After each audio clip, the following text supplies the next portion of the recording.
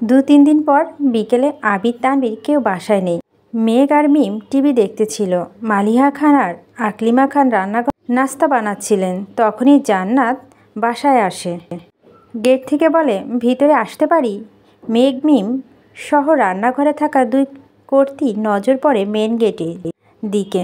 মেঘ জান্নাত আপুকে দেখে আশ্চর্য নয়নে তাকায়। ততক্ষণে সোফার উপর দিয়ে লাফিয়ে ছুটে গিয়ে জান্নাতকে জড়িয়ে ধরে। জান্নাত ও মেঘকে জড়িয়ে ধরে জিজ্ঞেস করে, কেমন আছো? আলহামদুলিল্লাহ, খুব ভালো। তুমি কেমন আছো ভাবি? জান্নাত হাসি মুখে উত্তর দেয়, আলহামদুলিল্লাহ ভালো। এখানে ভাবি বলো না, যে কেউ শুনে ফেলবে। মেঘ আস্তে করে শুধালো, ফুপ্পি কেমন আছে? আলহামদুলিল্লাহ। মালিহা খান রান্নাঘর থেকে বেরিয়ে এসে বলল, আরে জান্নাত যে, এতদিন পর আমাদের কথা মনে পড়ল? এদিকে কাজ নেই, তাই তেমন আসা হয় না। আজ একটু কাজ ছিল, এজন্য আসলাম আপনাদের সাথে দেখা করা যায়। খুব ভালো করেছো, ভিতরে আসো। এই মেঘ, ভিতরে নিয়ে যা। এখানেই দাঁড় করিয়ে রেখেছিস? জান্নাত ছোপায় বসলো। জান্নাতকে দেখে মিম টিভি বন্ধ করে রান্নাঘরে চলে গেছে। মেঘ জান্নাতের পাশে বসে ফিসফিস করে সব প্রশ্ন করছে। আসিফ বিয়ে কবে আসবে, কেমন আছে, বাকিরা কেমন আছে থেকে শুরু করে এটা সেটা জিজ্ঞেস করেই যাচ্ছে। জান্নাত আস্তে ধীরে সব প্রশ্নের উত্তর দিচ্ছে। মেঘ হঠাৎই প্রশ্ন করলো, আপু তুমি যে বিবাহিত এটা বলবা না? না, কেন? আবির ভাইয়া বারণ করেছে। আবির ভাই জানে তুমি বাসায় এসেছো? আবির ভাই তো আমায় পাঠিয়েছে। উনি আর তানবীর এখন আমার শ্বশুরবাড়িতে। ওনারা হঠাৎ ফুপির বাসা কেন? ওনারা প্রতি সপ্তাহেই আমার শাশুড়িকে দেখতে যায়। মেঘ উত্তেজিত কণ্ঠে বলে, কি? আমায় একদিনও নিয়ে যায় না কেন? আমরা সবাই তো তোমার কথা বলি, তোমাকে নেয় না বলে আম্মু প্রতিবারই আবির ভাইকে রীতিমতো ধমকায়। দেখেছো, তারপরও আমায় নিয়ে যায় না। আজকে আসুক বাড়িতে। এর মধ্যে মালিয়া খান নাস্তা নিয়ে আসছে। পাশের সবাই বসে জান্নাতকে ভালোভাবেই পরখ করছে। ওনার সেই অনেক দিনে ইচ্ছে জান্নাতকে ছেলে বউ বানাবে। আলী আহমেদ খানকে বলেছেন। উনিও তেমন সারা শব্দ করছেন না। উনি আবিরকে একটু সময় দিতে চাচ্ছেন। ব্যবসা ঠিকমতো মনোযোগ দিলে বিয়ে করাবেন সিদ্ধান্ত নিয়েছেন। জান্নাত নাস্তা খাওয়ার এক ফাঁকে আলী আহমেদ খানের বাসায় ঢুকলেন।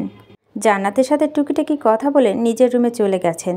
জান্নাতও খানিকক্ষণ বসে মেঘের রুমে ঘুরে আড্ডা দিয়ে বেরিয়ে গেছে। আবির আর তানবীর রাতে খেয়ে বাসায় ফিরেছে। ফুপির বাসায় গেলে কখনো না খাইয়ে ছাড়ে না। আবির ফেরার কিছুক্ষণ পরই মেঘ আবিরের রুমে হাজির হলো। আবির ভুরু জোড়া নাচিয়ে প্রশ্ন করল, কিছু বলবি? মেঘ কপালে কয়েক স্তর ভাঁজ ফেলে বলো, আমার ভাগ কোথায়? আবির স্বাভাবিক কণ্ঠে জিজ্ঞেস করলো, কিসের ভাগ? ভালোবাসার। আবির ঢোক গেলে ছোট করে বলল, মানে?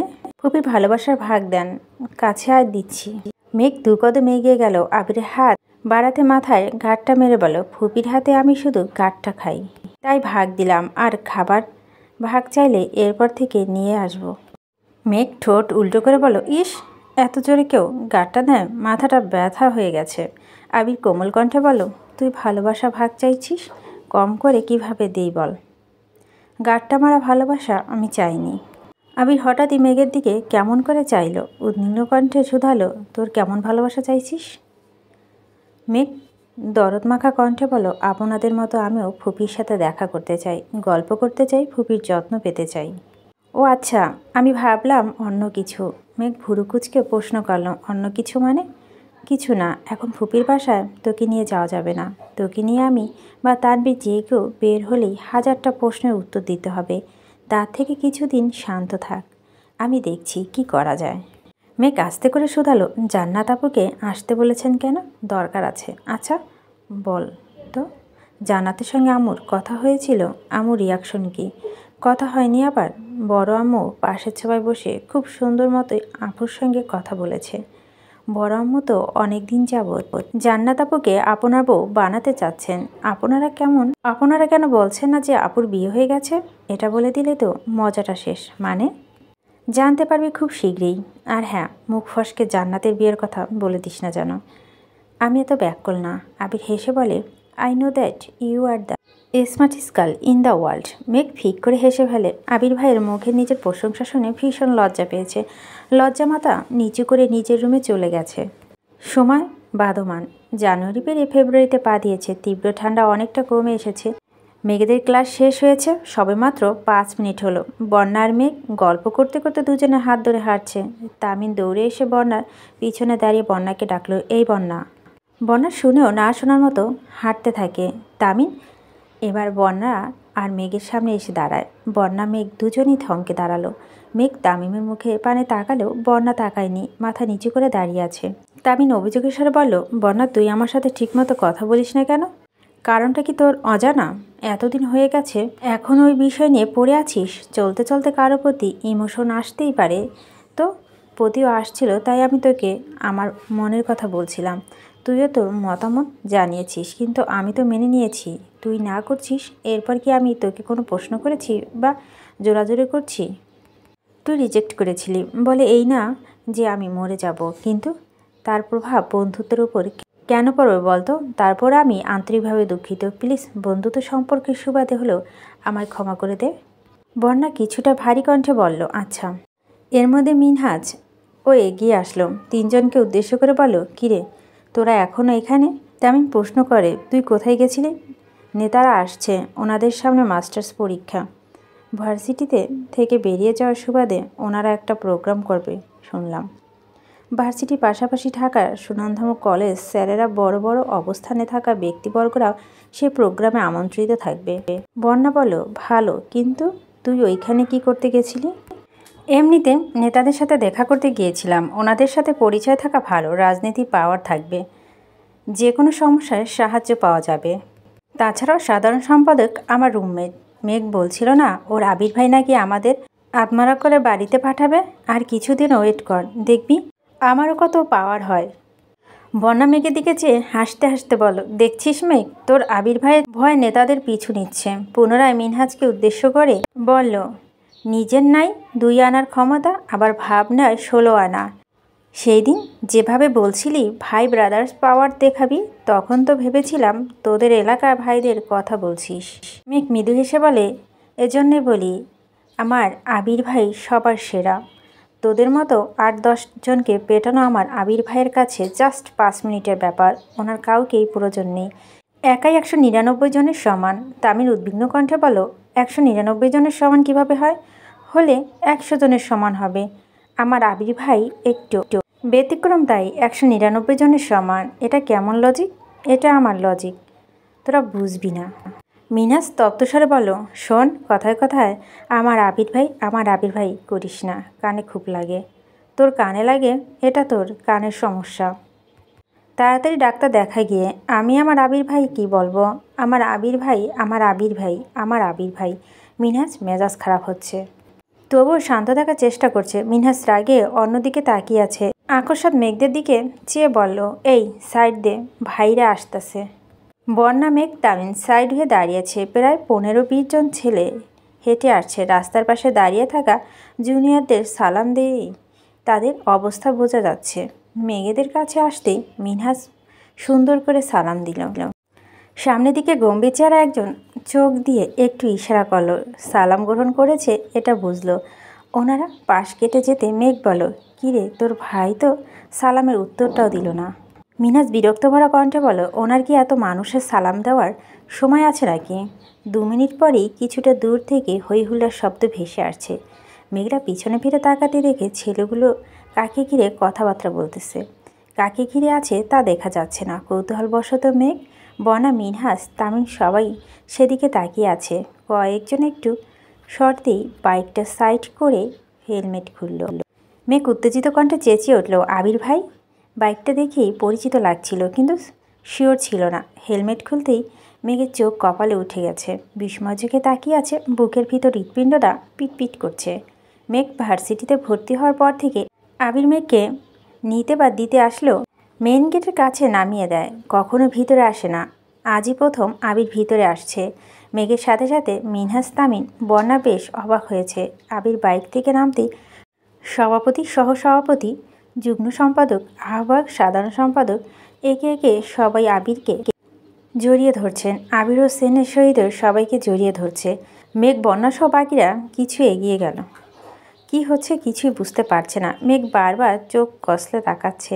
আবির ভাইয়ের ভার্সিটিতে কেউ পরিচিত আছে, এটা মেঘ জানতই না। তাও আবার রাজনীতিক ছেলেপেলের সাথে। রাগী গুরুগম্ভীর স্বভাবের ছেলেটা হাসি মুখে বলে, থ্যাংক ইউ ভাইয়া, তুমি আমাদের কথা মেনে এত ব্যস্ততার মধ্যে আসছো, এটাই অনেক। আমরা তো ভাবছিলাম তুমি হয়তো আসবেই না। তোরা যে এত বছর পর আমায় স্মরণ করছিস, সেই অনেক বড় ব্যাপার। তোমাকে কি ভোলা সম্ভব? কলেজে হিরো ছিলা তুমি, স্যারদের চোখের মণি, সেই সাথে পুরো কলেজের মেয়েদের ক্রাশ বয়। শেষ লাইনটা কানে যেতেই মেঘ সাপের মতো ফোঁস হয়ে উঠল। সূক্ষ্ম দৃষ্টিতে তাকিয়ে আবিরের দিকে। আবির ভাইয়ের আশেপাশে দু একটা মেয়ের নাম সহ্য করতে পারে না, সেই আবির ভাই নাকি কলেজের সব মেয়ের ক্রাশ ছিল। আল্লাহ জানে কত মেয়ের প্রেমে প্রপোজাল দিয়েছে আর কত মেয়ের সাথে প্রেম করে বেরিয়েছে। মেঘ নিজের কপাল চাপড়ে বিড়বিড় করে বলল, মেঘে তুই শেষ। হাজার মেয়ের ক্রাশ উনি, সেখানে তুই কে? তোর দিকে কোনো ছেলে ফিরেও তাকায় না। ক্রাশ তো বহু দূরের বিষয়, তুই আবার আবির ভাইয়ের চাস। ছি, লজ্জা লাগে না? আবির ভাই যে বোন হওয়ার সুবাদে তোর সাথে দু একটা কথা বলে, সেই তো কপাল। বন্যা মেঘের দিকে তাকিয়ে প্রশ্ন করলো, কি বিড়বিড় করছিস?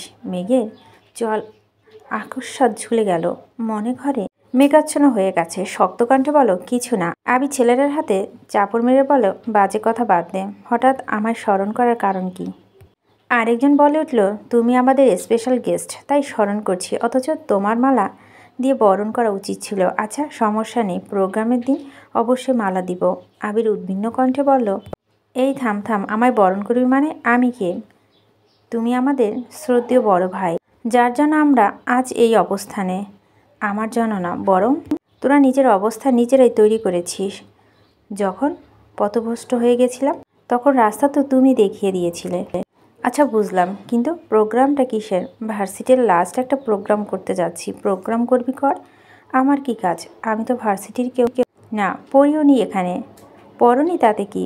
বাহিরে পড়তে না গেলে তুমি এই ভার্সিটির স্টুডেন্ট থাকতা। এখন কথা হলো, ভার্সিটির পাশাপাশি আমরা আমাদের কলেজের স্যার ম্যামদের ইনভাইট করতে যাচ্ছি, আর ইনভাইট তুমি করবা। তাছাড়া তোমাদের মতো সাকসেসফুল কিছু ব্যক্তিবর্গদের ইনভাইট করা হবে। তোমরা তোমাদের সুদর্শন চেহারা দেখিয়ে জুনিয়রদের সঠিক পথ দেখাবা। প্রথমত, আমি কোনো সাকসেসফুল ব্যক্তি না। দ্বিতীয়ত, আমি এই ভার্সিটির স্টুডেন্ট না। দ্বিতীয়ত, তোদের প্রোগ্রামে আমি স্যারদের ইনভাইট করার কে? প্রথম, দ্বিতীয়, তৃতীয় বুঝি না। তুমি আমার ভাই, এটাই একমাত্র কথা। ভাই তো নাকি? হ্যাঁ ভাই। তো তুমি তো আমাদের অবস্থান দেখেই গেছিলা। স্যাররা এক প্রকার বের করে দিচ্ছিল কলেজ থেকে। সেদিন তুমি স্যারদের রিকোয়েস্ট না করলে আমাদের যে কী অবস্থা হতো আল্লাহ ভালো জানেন। তুমি চলে যাওয়ার পর আমরা যত কলেজে ছিলাম, এমন একটা দিন যায়নি যে স্যাররা আমাদের সামনে আসলে তোমার নাম না নেয়নি। তুমি না বলে আমাদের বের করে দিত। আরও কত কথা, সেসব এখন অতীত। তোমার কথা মতো পড়াশোনা করে আমাদের 12টা বন্ধুর মধ্যে 9 জনই ডিইউতে ভর্তি হয়েছে, বাকিরা ভালো অবস্থানে আছে। তোমার সাথে যোগাযোগ করার চেষ্টা করছি, কিন্তু তুমি নেটওয়ার্কের বাইরে ছিলে। কিছুদিন আগে হঠাৎ একদিন তোমাকে একটা মেয়ের সঙ্গে দেখলাম, ডাকার সুযোগ ছিল না। অনেক খোঁজ নিয়ে জানতে পারছি তুমি তানবীরের ভাই। তারপর তানবীরের থেকে ফেসবুক আইডি নিলাম। আমাদের জীবনের গল্প তুমি অন্যরকম ভূমিকা পালন করছো, যার ঋণ কোনোদিনই দিয়ে শেষ করতে পারবে না। তাই তোমার প্রোগ্রামে আসতেই হবে। বাবা গো, তোরা যেভাবে আমার প্রশংসা করছিস, আমার বাপেও আজ পর্যন্ত এত প্রশংসা করেনি। তুমি যে কী চিস তোমার বাপে হয়তো বুঝেনি। আবির মৃদু হাসল। কয়েকজন বলে উঠল, ভাইয়া জানো, একই শহরে থেকেও 5 বছর যাবৎ কোনোদিন কলেজে পা দিইনি। স্যারদের দেখে মুখ লুকিয়ে চলছি। এখন তো ভার্সিটি লাইফ শেষ, 2 দিন পর কে কোথায় থাকবো তা জানা নেই। তাই প্রোগ্রামটা করতে চাইছিলাম। ভার্সিটি স্যারদের সঙ্গে কথা বলছি, ওনাদের আপত্তি নেই। এখন তুমি আমাদের সাথে যাবে। আমাদের পক্ষ থেকে কলেজের স্যারদের একটু বলবা। আমরা বললে যদি না আসে, তুমি বললে নিশ্চয় রাজি হবে। আবির রুষ্ট স্বরে বলল, সবই করে দিব। প্রয়োজনে প্রোগ্রামে আসবো, কিন্তু গেস্ট হিসেবও নয়, সাধারণ মানুষ। আর তোদের ভাই হিসাবে যদি কোনো প্রকার মালা দিয়ে বরণ আমায় নিয়ে 500 শব্দ ভাষণ শুরু করিস, তাহলে এক একটা স্টেজে ফেলে পেটাবো বলে রাখলাম। তাই বলে আমাদের জীবনের গল্প নায়কের প্রশংসা করব না? না, করবি না। আমি শুধু তোদের পথ দেখিয়েছি, বাকি সব তোরা করেছিস। তোদের সাকসেস তোদের, এতেই আমার কোনো হাত নেই। তোরা যে আমার কথা মনে রেখেছিস, এতেই শুক্রিয়া। এমনও মানুষ আছে যাদের জন্য জীবন দিয়ে দিলেও তারা সেসব ভুলে যায়। দোয়া করি জীবনে সাকসেসফুল হও। দেখো তো, তোমার রাস্তা দাঁড় করিয়ে জীবনের ইতিহাস শুরু করে দিয়েছি। চলো ভিতরে চলো। ভিতরে আর যাব না, কথা তো হলোই। আমার নাম্বার রাখ, কবে কলেজে যাবি জানাস। অফিসে কাজ ফেলে আসছি। একদিন কাজ একটু কম করলে কিছু হবে না। কত বছর পর তোমাকে পেয়েছি, আড্ডা না দিয়ে ছাড়ছি না। চলো চলো। আবির ঘুরতেই মেঘকে দেখতে পায়। কিছুটা দূরে দাঁড়িয়েছিল ওনার। আবির পিছন ফিরে তাকায়, আগে দেখতে পায়নি। মেঘ আশ্চর্যজননে তাকিয়ে আছে। ওদের সব কথোপকথনে মেঘের মনোযোগ সহকারে শুনছে। বুঝতে বাকি নেই ওদের পড়াশোনাতে আবির ভাই অবদান অনেকখানি। তবে সেই ছেলেগুলো কি হয়েছিল তা শোনার বেশ আগ্রহ জাগছে মেঘের মনে। আবির কিছুটা এগিয়ে এসে মেঘের মুখোমুখি দাঁড়ালো, ছোট করে শুধালো, ক্লাস শেষ? আবিরের কণ্ঠে মেঘ হকচকিয়ে তাকালো। মনোযোগ ছিল অন্য কোথাও। উপর নিচ মাথা নেড়ে বলল, শেষ। কিন্তু আপনি এখানে কেন? মেঘ সব কথা শুনে না শোনার মতো প্রশ্নটা করেছে। আবির চোখের ইশারা ছেলেগুলোকে দেখিয়ে বলল, ওদের সঙ্গে দেখা করতে আসছিলাম। ছেলেগুলো এগিয়ে গেছে। আবিরকে না পেয়ে পিছনে ফিরে তাকাতেই মেঘকে দেখল। দু কদম এগিয়ে এসে বলল, ওনাকে দেখেছিলাম তোমার সাথে। উনি কে ভাইয়া? আবির তার আগেই বলল, আমার কাজিন। তোরা যা, আমি আসছি। ছেলেগুলো এগিয়ে যাচ্ছে। আবির মেঘকে উদ্দেশ্য করে গলায় তেজ এনে বলল, আড্ডা দেওয়া শেষ হলে বাসায় যা, গাড়ি অপেক্ষা করছে। মিনহাস আর তামিমকে দেখে না দেখার মতো করে চলে যাচ্ছে। মেঘ পিছন থেকে ডেকে বলল, আমি আপনার সঙ্গে যাব। অনেকদিন হলো আবিরের বাইকে ওঠে না। রাগারাগি মান অভিমান ঠিক মতো কথা বলেনি। বাইকে ওঠা তো দূরের বিষয় ছিল, আজ মেঘের খুব ইচ্ছে করছে আবির ভাইয়ের সাথে বাইকে ঘুরবে। তাছাড়া ফুপির জন্য মনটা ছটফট করতেছে। সে প্ল্যান করেছে ফুপিকে দেখতে একবার বাসায় ফিরবে। আবির দু আঙ্গুল ইশারা দিতে মেঘ আবিরের কাছে এগিয়ে এলো। আবির প্রখর তপ্ত স্বরে বলল, আমি না আসলে কি করতি? মিনহাস আর তামিমের প্রতি ক্রোধ চেপে রাখতে পারছে না। ওদের দিকে তাকাতেই অঘটন ঘটতে পারে, তাই তাকাচ্ছে না।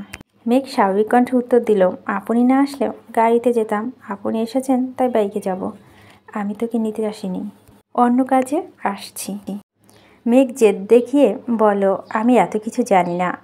আপনি আমায় নিয়ে যাবেন এটাই শেষ কথা। মেঘের জেদের কাছে আবিরের সুপ্ত ক্রোধ হার মানতে বাধ্য হয়েছে। আবির ক্ষীণ হাসল। মেঘ জেদ দেখিয়ে কথা বললে ওর নাক ফুলে যায়, গাল দুটো লাল টকটকে হয়ে যায়, দুধের আলতা চেহারা রক্তবর্ণের ছাপ ভেসে ওঠে, গলার দুপাশে দুটো রক ফুলে ওঠে। মেঘকে এভাবে দেখলে আবিরের উদ্দীরিত হৃদয়ে স্পন্দ তীব্র হয়ে ওঠে। কল্পনা জগতে পাড়ি দিতে ইচ্ছে করে। রক্তভাগ দুগালে ভালোবাসা পরশ এঁকে দিতে ইচ্ছে করে, কিন্তু বরাবরের মতো সে অসহায়। নিজের অনুভূতি লুকাতে হয় প্রতিবার। দীর্ঘশ্বাস ছেড়ে বলল, কিছুক্ষণ অপেক্ষা করতে হবে। ব্যাপার না, অপেক্ষা করব, বিড়বিড় করে বলল, সারা জীবন। আবির দু কদম এগিয়ে পিছনে ফিরে আবারও তাকালো, কিন্তু কিছুই বলল না। এখানে তামিম মিনহাজ আছে যাদের সহ্য হয় না, আবার মেঘকে নিয়ে ভিতরে যাবে, সেখানেও প্রায় 20-30টা ছেলে আছে। কে কোন নজরে মেঘকে দেখবে এই চিন্তায় মেঘ কিছুই বলল না। আবির চলে যেতে বনা দীর্ঘ নিঃশ্বাস ছেড়ে মিনহাজ আর তামিমের দিকে তাকালো। মিনহাজ আর তামিম দুজন স্তব্ধ হয়ে আছে। চোখের সামনে এতক্ষণ যা ঘটলো তা কিছু বিশ্বাসযোগ্য নয়। নিজের চোখ, নিজের কান, কোনো কিছুতে বিশ্বাস করতে পারছে না। কোথাও ভেবেছে ভার্সিটির নেতাদের ক্ষমতা দেখে মেঘের সামনে একটু ভাব নিয়ে চলবে, উল্টো বড়সড় একটা বাঁশ খেলো তো খেলো একদম মেঘের সামনে। মেয়েরা মুখে প্রকাশ করুক বা না করুক, বেশিরভাগ মেয়েরাই দাপটি ছেলেদের পছন্দ করে। কেউ কিছু বলে ছেলেটা যেন মুখ লুকিয়ে সেখান থেকে প্রস্থান না নেয়। মেয়েটার সম্মান বাঁচানো ছেলেটা যেন প্রতিবাদ করতে পারে। প্রতিনিয়ত আবিরের এত প্রশংসা শুনে মিনহাসে ভেবেছিল রাজনীতি করবে, নেতাদের পরিচয় লাভ করে মেঘের মন জয় করে নেবে। কিন্তু আবির ক্ষণে ক্ষণে তার সব প্ল্যান ভেস্তে দিচ্ছে। বন্যা ওদের অসহায় মুখের পানে চেয়ে থেকে হঠাৎই হাসি শুরু করেছে। হাসতে হাসতে মেঘের ওপর হেলে পড়েছে। বন্যা স্বতঃস্ফূর্ত হাসি দেখে মেঘেও হাসলো। বন্যা কেন হাসছে এটা কারোই অজানা নয়। 2 মিনিট, 5 মিনিট, 10 মিনিট হয়ে গেছে, বন্যা হেসেই যাচ্ছে। হাসতে হাসতে পেটে ব্যথা হয়ে গেছে, তবুও বন্যা হাসি থামছে না। মিনহাজ সহ্য করতে না পেরে রাগান্বিত কণ্ঠে বলল, হয়েছে বোন, থাম, এর বেশি হাসলে মইরা যাবি। বন্যা হাসতে হাসতে বলল, তোর সদ্যের রাজনীতি বড় ভাইদের আমার সালাম দিস। সালামের পর বলিস তুই যে আবির ভাইয়ের মারার হুমকি দিয়েছিলি, আবির ভাইয়ের প্রতি তাদের যে ভালোবাসা দেখলাম আশা করি তার তোকে যোগ্য সম্মানই দিয়ে দেবে। মিনহাস রাগে ফুঁসতে ফুঁসতে বলল, আমি হুমকি দিলাম কখন? তোর ভাই ব্রাদার্স পাওয়ার দেখাবি বলছিলি, মনে নেই? এত মন ভোলা তুই। আচ্ছা বাদ দে, এখন বাদ দিচ্ছি, কিন্তু ভবিষ্যতে এসব আকাশচুম্বক কথাবার্তা বলে তোর শ্রদ্ধেয় ভাইদের বলে দিব। আচ্ছা ঠিক আছে। মেঘ এতক্ষণ যাবৎ এই নিশ্চুপ দাঁড়িয়ে। ইদানিং নিজের সাহস দেখে মাঝে মাঝে নিজের অবাক হয়ে যায়। আবির ভাইয়ের মুখের ওপর জেদ দেখালো। যদি আবির ভাই ভার্সিটি সবার সামনে থাপ্পড় মারত তবে কি হতো ভাবতেই ভয়ে কেঁপে উঠছে। সবার সামনে থাপ্পড় খেলে মুখ দেখানোর অবস্থা থাকতো না। আবির কিছুক্ষণের মধ্যে বেরিয়ে আসছে। মেঘের বাসা চলে গেছে হয়তো। বেশিক্ষণ আড্ডা দিত, কিন্তু মেঘকে বাইরে রেখে গেছেন, তাই মাথা চিন্তা কাজ করছে। এজন্য তাড়াতাড়ি চলে এসছে। মেঘকে ডাকতেই মেঘ এগিয়ে গিয়ে বলল, আঙ্কেল কি চলে গিয়েছে?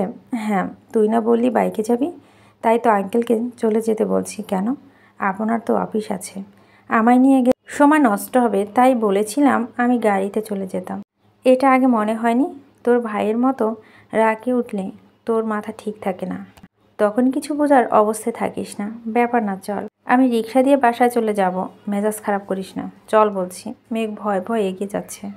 ফুপির বাসায় নিয়ে যাবে না আগেই বলছে, এখন আবার ফুপির কথা বলে নিশ্চয় মাইর খাবে। আবির একটা রিক্সা ঠিক করে বন্যাকে যাওয়ার জন্য ইশারা করলো, তারপর মেঘকে নিয়ে চলে গেছে। বাইক চলছে, কিন্তু মেঘ স্ট্যাচুর মতো বসে আছে, কোনো কথা বলছে না। আবির স্ট্রিট ফুড দেখে কয়েকবার জিজ্ঞেস করেছে খাবি কি না। মেঘ শুধু না করেই যাচ্ছে। অবশেষে একটা ফুচকার দোকান থেকে বাইক থামালো। আবির শীতল কণ্ঠে বলল, মাথাটা বোধ হয় এখনও ঠান্ডা হয়নি, ফুচকা খেলে নিশ্চয় মাথাটা ঠান্ডা হবে। মেঘ মাথা নিচু করে বলল, আমি ফুচকা খাবো না। আমি মনে হয় ভুল শুনলাম। মেঘ ঠান্ডা অথচ শক্ত কণ্ঠে বলল, আপনি ঠিকই শুনেছেন, আমি ফুচকা খাবো না। আবির হেসে বলল, তাকা আমার দিকে। মেঘ ধীর গতিতে চোখ তুলল, তাকালো আবিরের চোখের দিকে। আবির তীক্ষ্ণ দৃষ্টিতে চেয়ে মোলায়েম কণ্ঠে শুধালো, ম্যাম আপনি সত্যি সত্যি ফুচকা খাবেন না? আবিরের হাবভাব দেখে মেঘ না চাইতেও হেসে ফেলে। সেই আবির ভয়ে ফুচকা খাবে না বলছিল, কিন্তু আবিরই তাকে বারবার উস্কাচ্ছে। মেঘ আবিরের মুখের পানে চেয়ে মনে মনে ভাবছে, আপনার মধ্যে কী এমন স্পেশাল গুণ আছে যা ক্ষণিকের ব্যবধানে রাগকে ভয় আবার ভয়কে জয় পরিণত করতে সক্ষম? আবুর ভুরু নাচাতে মেঘে মৃদু হাসলো। ফুচকা অর্ডার দিতেই বসে আছে। আবির মেঘকে দেখছে, আবার আশেপাশে তাকাচ্ছে। আবির হঠাৎই মুচকি হেসে বলল, তোকে আজ অনেক বেশি কিউট লাগছে। মেঘ চোখ গোল গোল করে তাকালো, গলার শ্বাস আটকে গেছে। ঠিক শুনছে নাকি ভুল? আবির ভাই মেঘকে কিউট বলেছে, ভাবা যায়? মেঘ লজ্জায় আড়ষ্ট হয়ে যাচ্ছে, তবু স্বাভাবিক থাকার খুব চেষ্টা করছে। আবির পুনরায় বলল, নীল রঙটা তোকে খুব মানাচ্ছে, আগে বোধ হয় কখনো নীল রঙের জামাতে দেখিনি। মেঘ এবার আরও বেশি লজ্জা পেয়েছে, চোখ দ্বিগুণ নামিয়ে নিয়েছে। আবির স্থির দৃষ্টিতে মেঘকে দেখছে, পলকও ফেলছে না। তা বুঝতে পেরে মেঘ আরও তাকাতে পারছে না। গাল আর নাকের ডগা আবারও লাল হয়ে গেছে, মনে হচ্ছে লাল রঙের ব্লাশ লাগিয়েছে। মেঘ ঘন ঘন নিঃশ্বাস ফেলছে। সামান্য কিউট বলাতে যে কেউ এত লজ্জা পেতে পারে, এটা মেঘকে না দেখলে বোঝা যেত না। মেঘ বারবার নিজেকে স্বাভাবিক করার চেষ্টা করছে, কিন্তু চোখ তুলতে পারছে না। উষ্ঠদয় কাঁপছে তীর তীর করে। মেঘের অবস্থা বুঝতে পেরে আবির দৃষ্টি স্বাভাবিক করে পুনরায় বলল, ফুপিকে দেখতে যাবি? মেঘ এবার আশ্চর্য নয়নে তাকালো। তার মনের কথা আবির ভাই কীভাবে বুঝলো? মেঘের লজ্জায় রাঙা মুখ দেখে আবির ঢোক গিল, চোখ বন্ধ করে দীর্ঘশ্বাস ছাড়ল। মনে মনে বলল, উফ, আমার শান্ত মনটাকে উল্টোপাল্টো দিতে তোর লজ্জা লালিত মুখটা যথেষ্ট। তোকে এভাবে দেখলে বউ বউ ফিল পাই। কবে তোকে আমার করে পাবো, অপেক্ষা প্রহর যে ফুরায় না। মেঘ উত্তেজিত কণ্ঠে বলল, আপনি কিভাবে বুঝলেন আমি ফুপির সাথে দেখা করতে চাই? তুই তো বলছিলি, আমি যে কবে বলেছিলাম তা কি এখনো মনে আছে? তুই কবে কি বলিস সবই আমার মাথায় আছে, শুধু সুযোগের অপেক্ষায় থাকি। সবার কথা আপনার মাথায় থাকে? সবার কথায় মানে? যে যা বলে সব কিছুই মনে থাকে না, প্রয়োজনের বাইরে সব কিছু ভুলে যাই। মেঘ হুট করে বলে উঠল, আপনার গার্লফ্রেন্ড কয়টা? মেঘের এমন প্রশ্নে আবির হতচকে উঠল। থতমত খেয়ে বলো, মানে? গার্লফ্রেন্ড চিনেন না? মেয়ে বন্ধু বা প্রেমিকা। তা বুঝলাম, কিন্তু হঠাৎ এমন প্রশ্ন? শুনলাম কলেজের সব মেয়ের ক্রাশ ছিলে। তাই আর কি। আবির নিঃশব্দে হাসলো। মেঘের মনে হিংসা কাজ করছে, এটা আবির বেশ বুঝতে পেরেছে। আবির জিভ দিয়ে ঠোঁট ভিজিয়ে বলল, আছে হাজার খানেক। মেঘ চেঁচিয়ে উঠল, হোয়াট? আবির দুহাতে ইশারায় দিয়ে বলল, কুল। ফাজলামো করেন আমার সাথে? সত্যি করে বলুন কতজন? না বলা যাবে না, তুই সবাইকে বলে দিবি। সত্যি বলবো না। বলুন। গার্লফ্রেন্ড নেই, তবে একটা গোলাপি কালারের বউ আছে। মেঘ ফোঁস করে শ্বাস ছাড়ল। ভুরু কুচকে রাগান্বিত কণ্ঠে বলল, থাকেন আপনার গোলাপি কালারের বউ নিয়ে, দরকার হলে লাল নীল হলুদ বউ নিয়ে থাকুন। মেঘ উঠতে নিলেই আবির মেঘের হাত চেপে ধরে বসালো। তপ্তস্বরে বলল, আমার লাল নীল প্রয়োজন নেই, গোলাপিটি যথেষ্ট। ফাজলামি বন্ধ করুন, মেজাজ খারাপ হচ্ছে। কি আমার মেজাজ গো? তাও আবার একটু পর পর খারাপ হয়। আচ্ছা ঠিক আছে, বন্ধ করলাম। তুইও আমার এমন প্রশ্ন আর করবি না। করলাম না এমন প্রশ্ন। ফুচকা খেয়ে শেষ করে আবিরের সঙ্গে ফুপিদের বাসা আসছে। ফুপি মেঘকে দেখে ভীষণ খুশি হয়েছে, সেই সঙ্গে বাসার সকলে খুশি হয়েছে। আবির মেঘকে দূরে সরিয়ে রাখে, বলে আবিরকে সবাই সবসময় বকা দেয়। ফুপি তো বকেন, উল্টোপাল্টো কথা বলে মাঝে মাঝে গাঁটটা দেন। মেঘ ফুপিকে জড়িয়ে ধরে কান্না শুরু করে দিয়েছে। মেঘ কান্না দেখে ফুপি কাঁদছেন। মেয়ে মানুষের মায়া একটু বেশি থাকে। ফুপির কথা মেঘ যেদিন শুনেছে তারপর থেকে প্রতি রাতেই ফুপির কথা মনে করে মন খারাপ করে, কখনো কখনো কান্না করে। মাঝে মাঝে ভাবে, আব্বু বড় আব্বু রাতে কিভাবে ঘুমান? ওনাদের কি বোনের কথা মনে হয় না?